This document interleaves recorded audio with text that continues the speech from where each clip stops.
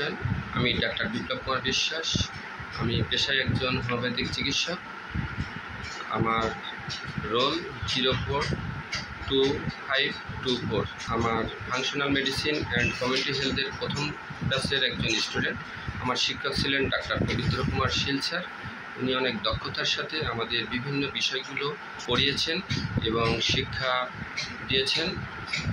অনেক সুন্দরভাবে আমরা ফাংশনাল ফুড এর উপরে এবং লাইফস্টাইল পরিবর্তনের মাধ্যমে বিভিন্ন বিষয়গুলো যে সুন্দরভাবে সমাধান করা যায় এবং দীর্ঘস্থায়ীভাবে এটা উপকৃত হওয়া যায়, সেটা আমরা স্যারের কাছে ক্লাস না করলে আসলে বুঝতে পারতাম না।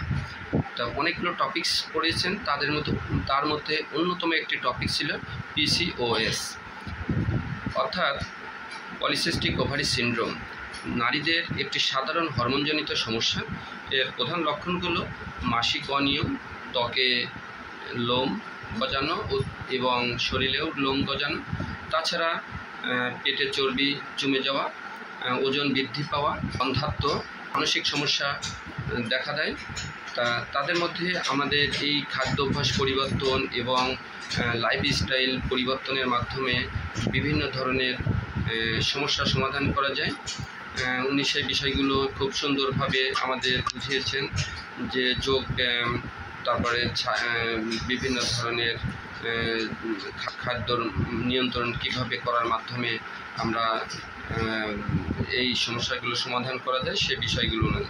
তাছাড়া কিছু ভিটামিন, যেমন vitamin D3, zinc, magnesium, omega three, flaxseed oil, seed এর মাধ্যমে আমাদের এই সমস্যাগুলো সমাধান করা যায়।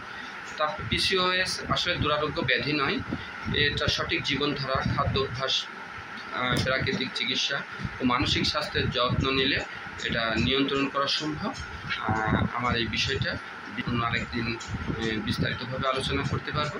আজকে এই পর্যন্ত, নমস্কার।